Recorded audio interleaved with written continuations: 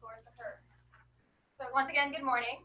My name is ZOgilvie, as I just said, and my presentation will be on refugee integration. To give you a background on what refugee integration is to start with. So refugee integration is a process that refugees have to take in new society, both as individuals and wholes. They've had to flee their country due to circumstances such as religious persecution, natural disasters, and war. I wanted to show you a video of what they have to do just to seek asylum. A video by Lior Sperondo, based on the Greek island in Lesbos. And every day, approximately 3,300 refugees will flee to this island.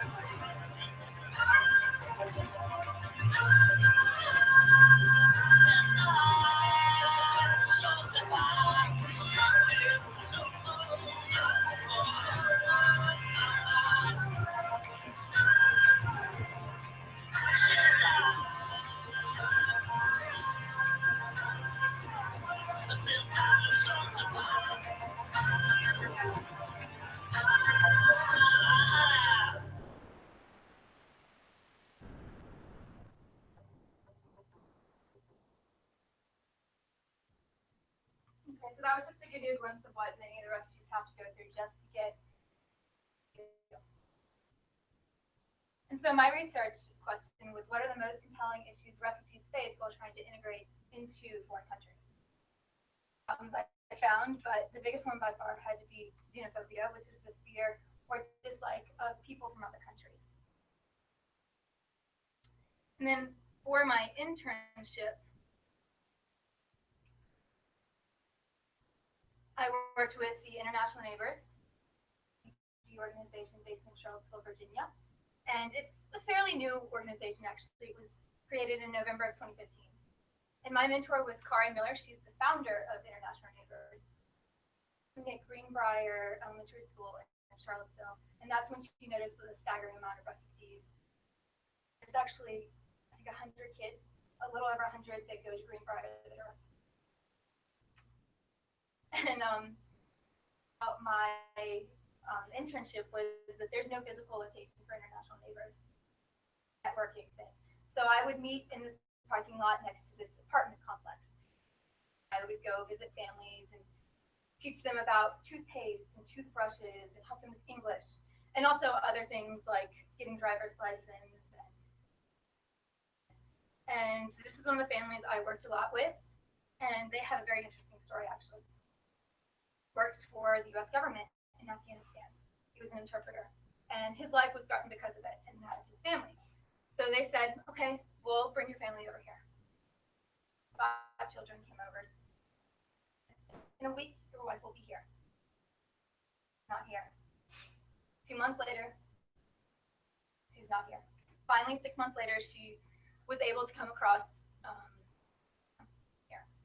But it just shows you a lot of these refugees, I didn't even know this, have helped. They've helped the United States in many ways, and that's why they have to run. It's because they're being threatened because of it.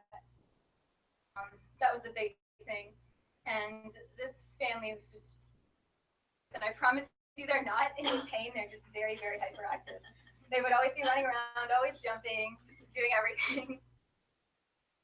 And there are other programs I do too, like this. It's called Driving the Dream, because many of the refugees work at UVA Hospital, drive from where they live, but a lot of them have to take buses, which is about a 45-minute commute. So we help them, or Kari will help them get driver's license, and then we'll find donated cars. Friendship. I did help with a little bit of this. You sign up. It's sort of like a mentoring program, so you'll help new refugees that have come in if anyone wants to do it. And then events like this, they're called Great Neighbor Gatherings, and it's kind of a way to bring the whole community together. So refugees and non-refugees are welcome to come. And we would set up stations. So we'd have like a cake station. We would have clothes that are donated by the community, and we would just hang out for a few hours and have. And then a big one is also Super Smiles, because refugees that come here don't have dental care, they don't have Medicare. The only time they ever go to the doctor's office, and in their home country too, they didn't really practice dental care, so this is a big thing. And for a few $100s, you can get a kid medical care and dental care, which kind of brings me into a community service project, which was making first aid kits. And I asked her, what do you think would help with the refugees? What do they need? And she had listed a few ideas, and one of them was, and I asked her, okay, so how many people do you need first aid kits? She said around 30. I was like, okay, that's possible. That could be an okay idea. And then the next day, this little boy was walking around the neighborhood, and he had cut himself, and he was asking. No one in the neighborhood has them, just because they didn't practice that where they came from, and it's not a necessity in their eyes. 30 first aid kits with the help of my community service supervisor, Olivia Ellis. I'm sure many of you probably have heard of her. She is the founder of the Children's Food Bags at the Nelson Food Pantry, a big part of the Master Gardeners at Rockfish River Elementary School. We were able to make 30 first aid kits from generous donations from UVA Hospital, Microbiology Department, and the Wintergreen Fire Department. So many supplies that I had to have a packing day. So I had about 10 to 15 people came, and they helped me pack for an hour. There were just so many supplies, and they had everything in them, from gauze pads, Band-Aids, tweezers, everything. I found this really ironic because the first house we went into was that of the Afghani family, and the boy had like sprained his ankle, and they didn't have any supplies. So we were able to fix him up, and we then went to other houses, gave them first aid kit experience. And then I wanted to share my quote of quality, because when I read this, it just spoke miles to me. No one puts their children in a boat unless the water is safer than the land. And I mean, I'm not a parent, of course, but I'm sure any parent out there would risk their lives to save their children. And these people aren't coming here because they just want to be in America. They're coming here to save their family's lives. They're coming here to lost everything. Like, the ones that I helped, the ones that were lucky, were the ones that had lost all their belongings in our houses. Lucky were the ones who lost family members along the way, who lost friends. So that was my quote. And then what I learned was that no matter who you are, no matter what country you're from, what religion, we're all just people trying to survive in this world. Deserve that chance to be free and happy, like we are here in America, and just how lucky we are to live in this country. And I would like to attend either JMU, UVA, or William & Mary studies for international relations. I like to teach English as a second language in a foreign country for a few years. I'm really sure what I want to do. I want to travel and help people, so maybe I'll work for a nonprofit organization. And finally, we are EDS seniors, and there's some of you out there. Pick a project you're passionate about, because the more passion you have, the more experience will be, and the more you'll get out of it. And before I conclude, I also had one more slide that had skipped this topic. I sat down and I asked myself, what am I most passionate about? Traveling, cultural immersion, and helping others.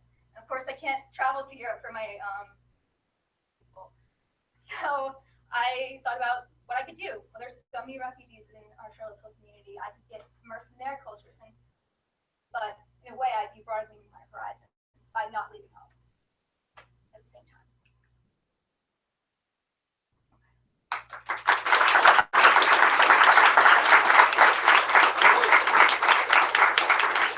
Any questions?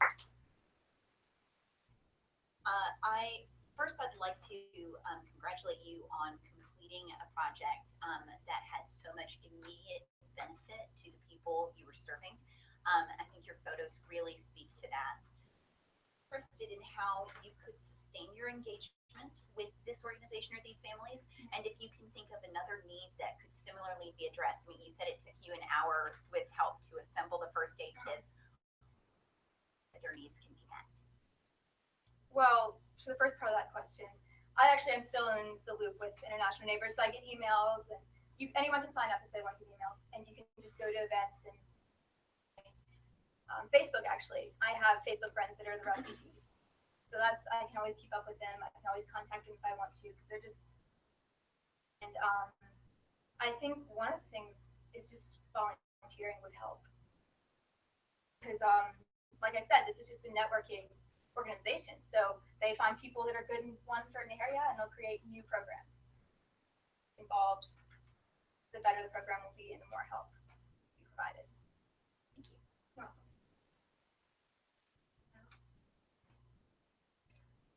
Yes, Preston? With refugees, they're not. They stay until they have. I think it is Randolph. We do work with some refugees, and they're only allotted a certain amount. We have all that to do.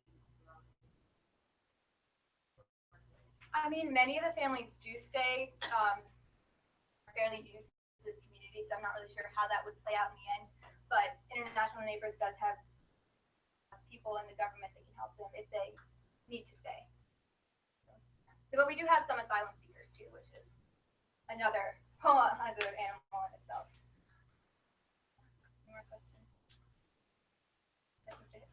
What part of this experience did you find most challenging?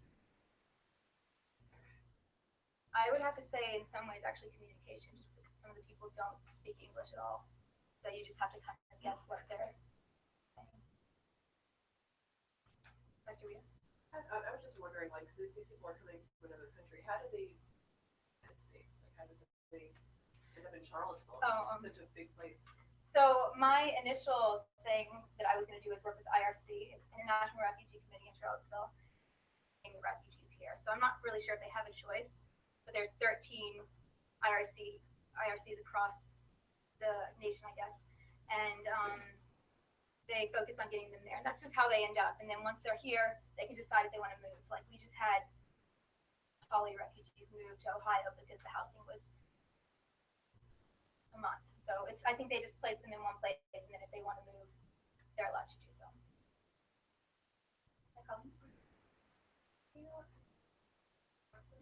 So the primary ones I worked with were from Afghanistan, Syria, and Nepal. 18 to 20 different countries, but those are the ones I worked with a lot. Other questions?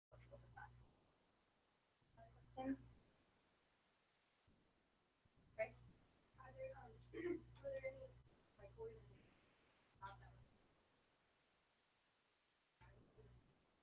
Not really. I mean, this is the first one I've ever really heard of, because what the IRC does, they don't really do anything afterwards, which is why the International Neighbors participated. So I guess that's really the only one I've ever heard of in